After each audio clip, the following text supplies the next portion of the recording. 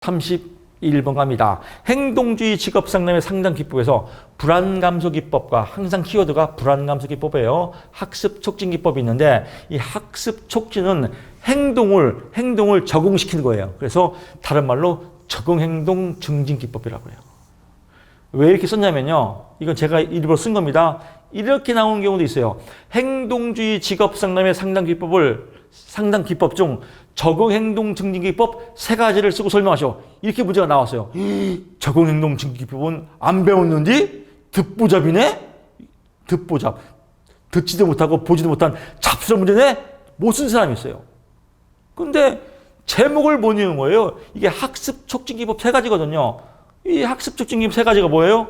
학습을 통해서 강화시키고 대리학습을 또 변별학습 이 3가지는 다 외웠는데 외우고 나서 얘를 몰라서 못 쓰는 사람이 있어요. 그래서 학습촉진기법이라고도 하고 다른 말로 적응행동 증진기법이라고 한다.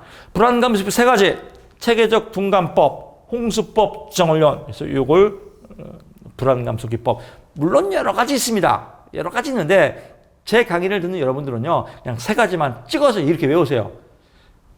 불안감소기법 15가지가 넘어요. 학습촉진기법도 15가지가 넘고 다 공부하면요 인지 돌아버려요. 그냥 3가지만 딱 찍어서 근육이완과 불안행의 목록을 작성해서 불안을 둔감화시키는 것이다. 홍수법 불안을 느끼는 저번에 여러분 다 풀어봤죠? 저번 문제 또 추정훈련 내담자가 불안 이외의 감정을 표현하도록 즉 불안에 지금 직면되어 있어요. 그럼 불안을 빨리 전환시켜서 다른 불안이 안 생기는 유쾌한 방향을 전환시키는 거예요. 사고를 전환시키는 겁니다. 그래서 불안 이외의 감정으로 표현해서 불안을 거꾸로 불안을 역제지하는 방법이다. 불안이 와요. 그래서 막 공부를 열심히 하려고 하면 불안이 더 와요. 그럴 때 그래. 동영상 틀어놓고 김덕 교수님 강의나 듣자. 너무 재밌네. 이렇게 불안을 역제지하는 거. 추정훈련. 학습 촉진기법. 강화, 대리학습. 강화는 만족스러운 결과에 따라서 보상을 해주는 거죠. 대리학습, 잘된 학습을 모델링 따라서 하는 거고. 변별학습, 바람직한 자극에 또 보상을, 바람직하지 못한 행동에는 벌을 줘서 바람직한 행동으로 이렇게 유도하는 거.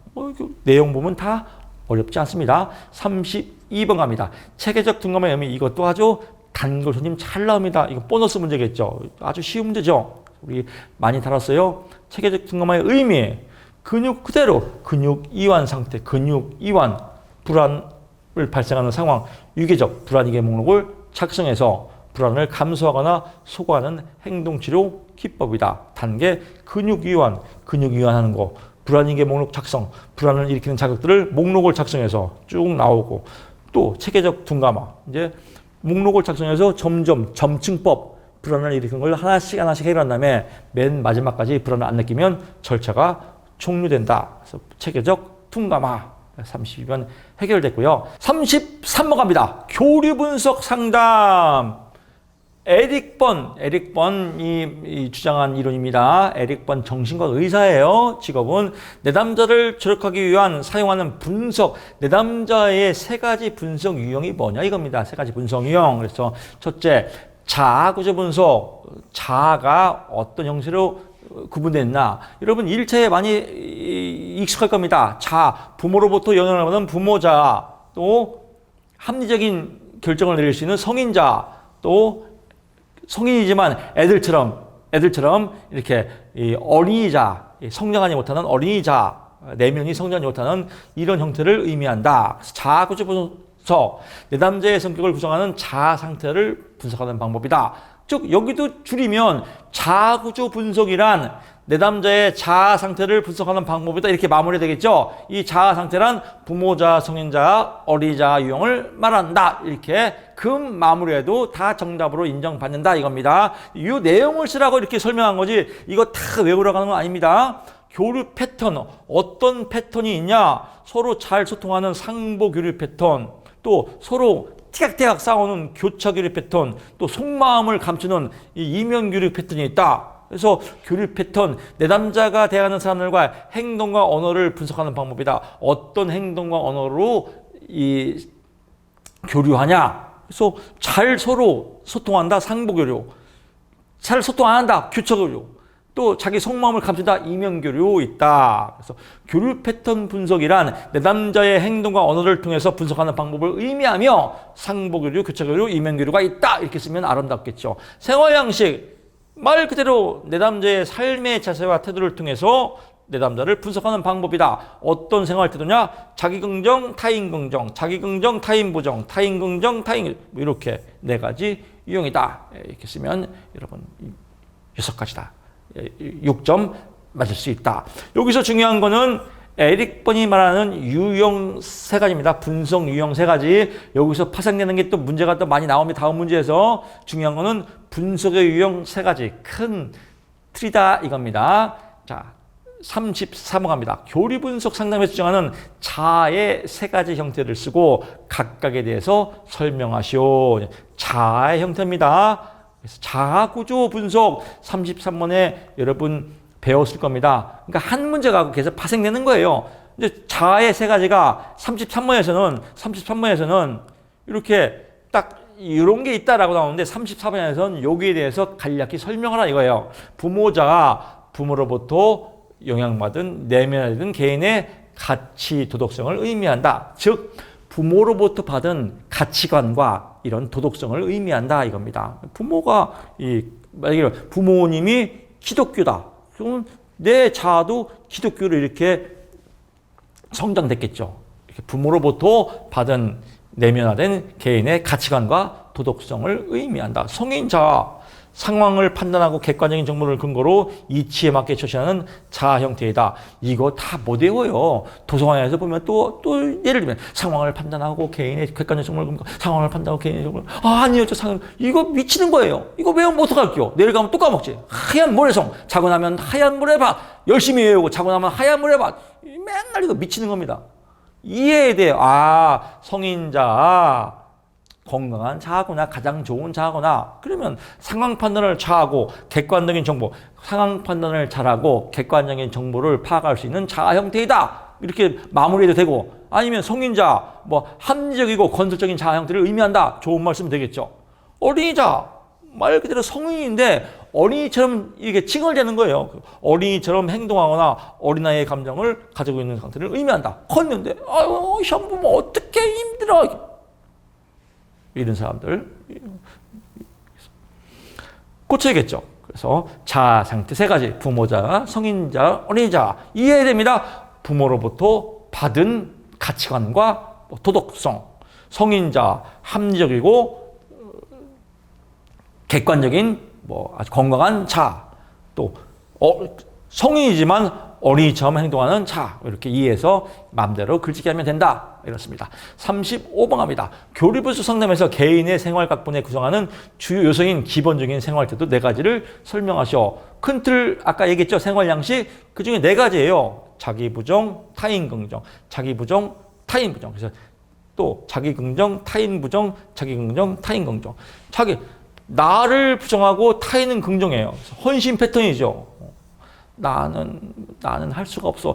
남들은 참 잘해. 이렇게. 이런 생활 형식이 있고요. 자기 부정, 타인 부정. 가장 안 좋아요.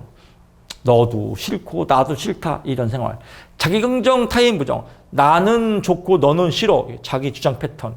자기 긍정, 타인 긍정. 아주 가장 원만한 패턴이죠. 서로. 그래서 자기 긍정, 타인 긍정, 원만 패턴. 자기 긍정, 타인 부정, 자기 주장 패턴. 자기 부정, 타인 부정, 갈등 패턴. 자기 부정, 타인 긍정, 헌신 패턴으로 글짓기 하자. 이렇게 쓰면 될 것 같습니다. 36번 갑니다. 교리 분석 TA 상담의 제한점 3가지를 쓰고 설명하시오. 6점짜리입니다. 자, 여기서 3가지. 첫째, TA 교리 분석의 약자입니다. TA의 주요 개념은 용어가 어려워서 즉 에릭 번은 정시가 의사예요. 그래서 A, P, C, P 이런 전문적인 용어를 많이 써요. 이 자아 개념을. 그래서 용어가 어려워서 지적 능력이 낮은 내담자에게는 적합하지가 않다. 또 TA의 교리 분석의 주요 개념은 추상적인 개념이 많아서 실제 적용하기가 어렵다. 또 교리 분석의 주요 개념은 이론이 과학적으로 검증되지 않았다. 그럴 것이다라고 에릭 번이 주장한 겁니다. 그래서 36번 해결됐고요. 37번 갑니다. 게스탈트 상담 기법의 세 가지를 설명하셔. 6점짜리입니다. 게스탈트. 게스탈트 독일어로 형태라는 말입니다. 그래서 형태주의 상담이라고 하죠. 형태 또는 모양이라고 돼요. 형태 또는 모양이다. 그래서 세 가지를 쓰시오. 6점짜리입니다. 욕구와, 즉, 게스탈트 상담 기법의 문제점은 무엇이냐면 미해결 과제예요. 지금 내가 내 생활에 어떤 미해결 과제가 있어요. 이 미해결 과제 때문에 지금 생활이 이게 매끄럽게 생활을 못해요. 그래서 이 미해결 과제가 뭐냐? 이걸 알아차려서 어떻게 해결하냐? 이게 상담의 기법이겠죠. 이 기법 세 가지가 뭐냐? 욕구와 감정의 자각. 지금 여기에 here and now. 지금 여기 나를 괴롭히는 게 뭐냐 이거예요. 그래서 지금 현실에서 느껴지는 욕구와 감정을 자각시켜라. 내가 진짜로 원하는 욕구가 무엇이고 내 감정이 무엇인지를 스스로 자각해라. 자각시킨다. 비의자 기법. 비의자의 미해결 과제를 일으키는 대상이 있다고 생각하고 감정을 표현하는 것이다. 여러분 TV 보면 이런 거 많이 나올 겁니다. TV에서 어떤 역할 연기 의자에 어떤 대상을 앉혀놓고 막 그 대상에 대해서 막 얘기하지 않습니까? 그때 왜 그랬어? 왜 그랬어? 그래서 막 울고 하다가 나중에는 막 이렇게 포옹하고 해결됐습니다. 이런 거. 이게 비의자 기법이에요. 그래서 비의자의 미해결 과제를 일으키는 내담자가 있다고 생각하고 투사해서 자신의 감정을 표현하게 한다. 직면, 뜨거운 자리예요. 뜨거운 자리가 뭐예요? 찜질방 다니고 뭐예요? 나 뜨거운 자리에 나 뜨거운. 나 뜨겁다. 이렇게 나 뜨겁다. 내담자의 동기를 직면, 돌직구를 날려서 미해결 과제를 해소하는 기법이다. 예를 들면 제가 이제 또 아까 말했다시피 이렇게 글씨가 좀 이렇게 약해요. 글씨가. 그래도 제가 말로 설명하니까 다 어떤 글씨인지 이해할 수 있죠?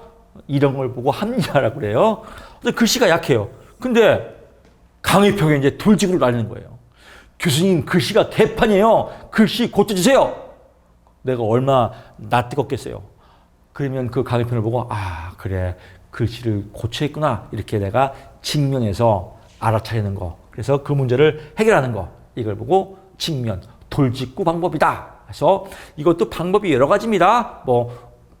꿈 작업, 이런 것도 있고, 여러 가지가 있어요. 신체 자각, 언어 자각, 환경 자각 쭉 나옵니다. 근데 이 중에서 무조건 3개만 쓰라고 나와요. 3개만 딱 찍어서 욕구와 감정의 자각, 비의자, 기법, 직면 딱 3개만 외워서 이렇게 여러분 것으로 만들면 될 것 같습니다. 이 문제 아주 잘 나옵니다. 게스탈트, 형태주의 상담 기법 3가지. 38번 갑니다. 형태주의 상담. 게스탈트의 상담 목표예요, 이제 목표. 아까는 뭐예요? 37번은 상담 기법이에요, 기법. 이제 38번은 뭐예요? 목표. 또 여기다가 또 아싸! 비의자 기법, 욕구와 감정의 자각, 직면 나와서 이번 문제 다 쉬운 것 같아. 욕구와 감정 나왔지? 안 나왔는데? 뭔 소리야? 그거는 기법이잖아. 지금 목표잖아. 흐르는 눈물을 주체할 수가 없겠죠. 이런 문제가 많아요. 왜 그럴까요? 제목을 안 이어서 그래, 제목을. 아까 비의자 기법은 뭐예요?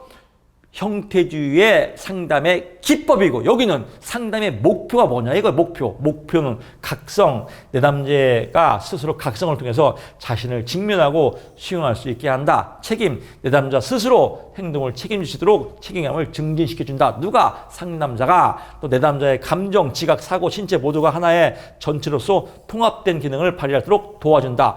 게스탈트 상담 이론의 목적은 통합이에요, 통합. 즉 전체성이에요, 전체성. 전체성을 만들어주는 거예요.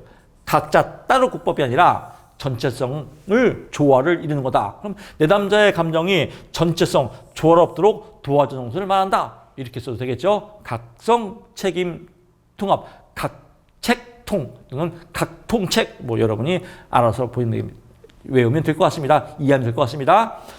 중요한 겁니다. 각통책이 뭐예요? 상담의 목표다. 이렇게 여러분 제목을 꼭 확인하시고요. 39번 갑니다. false의 인격을, false가 아까 게스탈트 상담 기법에 주장한 학자예요. 뻘쭘하죠? 펄스. 그래서 펄스의 게스탈트 상담에 그래서 인격을 양파 껍질을 벗기는 것처럼 다 까발려라 이거예요. 까발려라. 심리적 성숙을 위해서 다 까발려야 심리적으로 성숙한다 이거예요. 즉 뭔가 내면을 감추는 사람은요 문제가 있어요. 어디 모임할 때도 자꾸 자기 개인 얘기 안 하고 이렇게 하는 사람은 뭔가 내면을 가리는 거예요. 다 까발린 사람은요 건강해요. 그래서 성숙을 까발려야 되는데 이런 까발리지 못하는 신경적 요인 세 가지가 뭐냐 이거예요. 뭐가냐.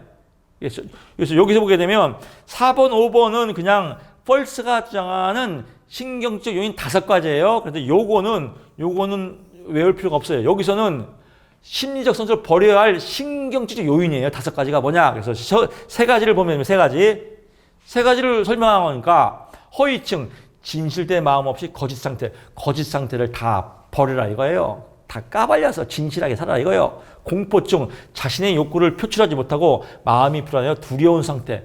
뭔가 욕구를 하고 싶은데 두려워서 이렇게 또 까발리지 못해. 이런 공포증을 버려야 된다. 곤란증 또는 난국증이라고 합니다. 욕구를 표현하고자 하는 능력의 부재. 욕구를 표현하고 있는데 능력이 없어.